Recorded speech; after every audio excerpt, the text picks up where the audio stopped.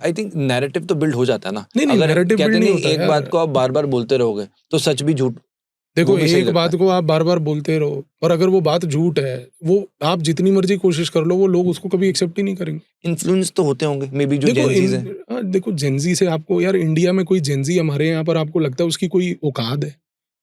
Bloody filthy class of gen Z we have in India. वो food blogger, मतलब I am sorry to use that language, मतलब कि वो साले खाने के अंदर जाके पड़े हुए हैं।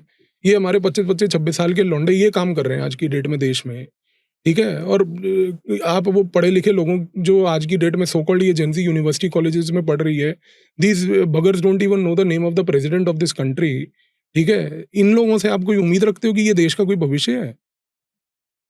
इसको छोड़ दो जेंजी को यार, मरने को। इनके बारे में फोकस मत करो। इंडिया की gen Z is not worth conceptualizing और थिंकिंग अबाउट, ठीक है? They are a degraded class of humanity, let them do what they want to do. उनको 25 साल बाद पता चलेगा कि वो किस लेवल पर आगे जाकर क्या करने जा रहे हैं। तो देश का भविष्य दिख रहा है यहाँ पर हमें। तो इनके बारे में आप वरी मत करो। Don't worry about this Gen Z की इनके ऊपर कोई इन्फ्लुएंस इन प्रकार की स्टेटमेंट से आने वाला है, वो नहीं होने वाला है यहाँ पर। ये जेंजी जो है ये इसी लाइक है, ये बनी इसी पर्पज के लिए। तो इनके बारे में आप वरी मत करो कि ये कोई इन्फ्लुएंस होंगे। They are not influencers at all and they are not people we need to worry about also. इनको मरने दो जो करना है इनको करने के लिए। ये काम चल रहा है जी जेंजी का यहाँ पे। मटक मटक के लोग जो है जी रीलें बना रहे हैं, या फिर जी सड़कों पे खड़े होकर खाने के अंदर कूदे पड़े हैं, और या फिर जो है मतलब यहाँ पर सो कॉल्ड कूल बनने के चक्कर में जी जीरो नॉलेज। ये जेंजी है हमारी, ये देश का भविष्य है हमारा। इस जेंजी से आप उम्मीद करते हो कि कुछ होगा? कमाल है यार, आपके सामने की चीज है। इनको इनकी प्रोसेसिंग कैपेबिलिटी है यार जीरो एबिलिटी है, जीरो।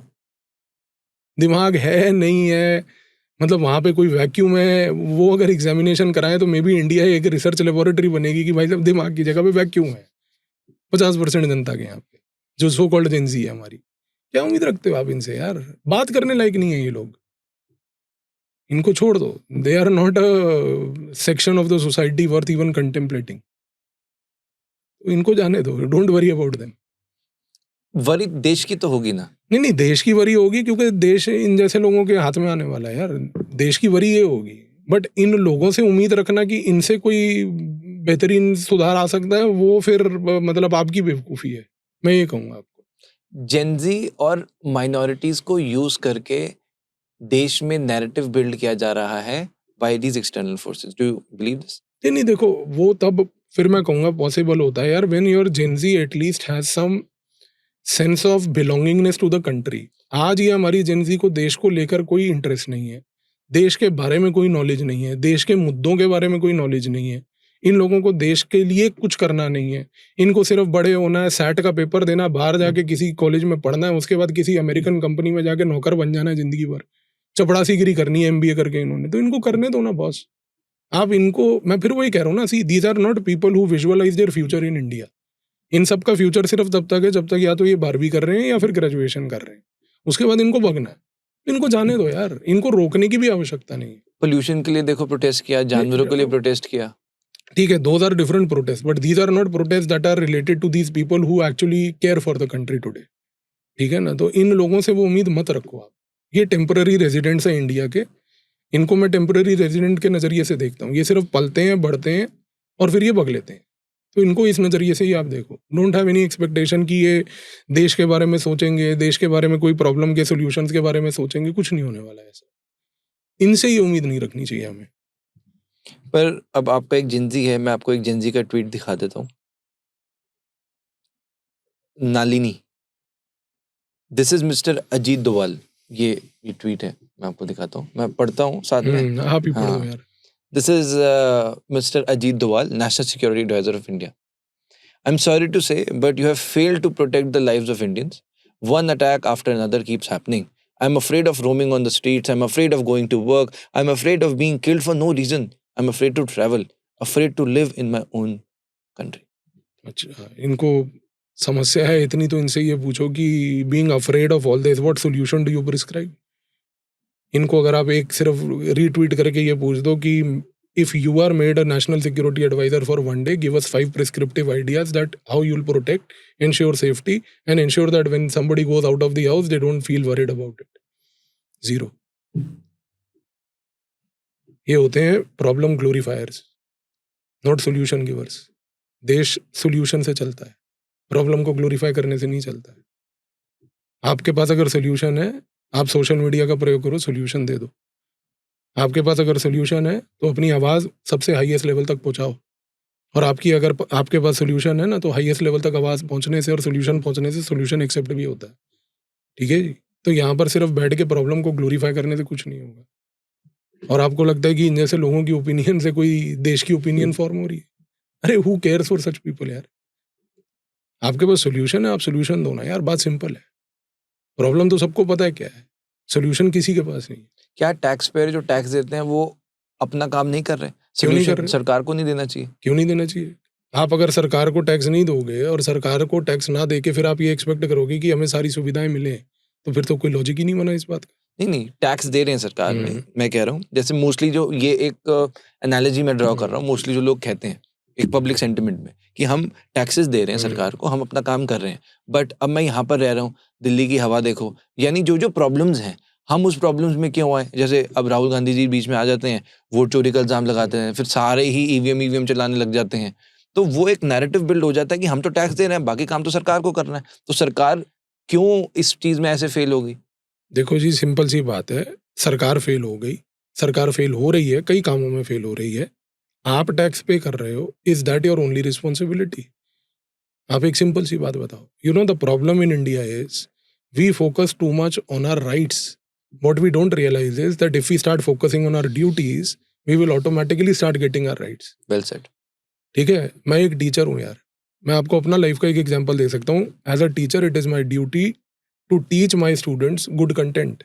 अगर मैं अपने बच्चों को गुड कंटेंट दूंगा, they will have the right to education.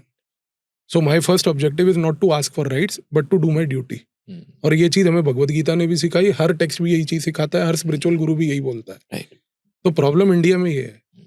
और ये चीज़ ना, जब हमारी कॉन्स्टिट्यूशन बन भी रही थी, अगर आप कॉन्स्टिट्यूशन असेंबली के डिबेट्स भी कभी पढ़ो तो वहाँ पर भी ये चर्चा हो रही थी. और उस समय डॉक्टर बी आर अम्बेडकर ने ये बात बोली थी कि ये जो आप फंडामेंटल राइट्स दे रहे हो, फंडामेंटल ड्यूटीज़ दे रहे हो, यहाँ पर एक ड्यूटीज़ वर्सेस राइट्स का बैलेंस रखो. गांधी ने उस समय यही बात का एक इम्प्रिंट दिया था कि first focus more on the duties part rather than only on the rights. और ये हमने राइट्स क्यों अपनाए इतने? क्योंकि हमें उस समय एक लिबरल फ्रेमवर्क जो ग्लोबल लेवल पर चल रहा था, उसके तहत हमें इंडिया को भी उस लिबरल फ्रेमवर्क में लाना था. क्योंकि जितना भी ये लिबरल फ्रेमवर्क होता है, इसमें एक ही चीज़ होती है, you should only focus on your rights, because liberal framework is based on the individuality. You as an individual matter the most to help with the society. तो यहाँ पर यही हो रहा है. सबको ये है कि भाई मैं ये कर रहा हूँ, मेरे ये राइट्स हैं, पर मेरी कोई ड्यूटी नहीं है.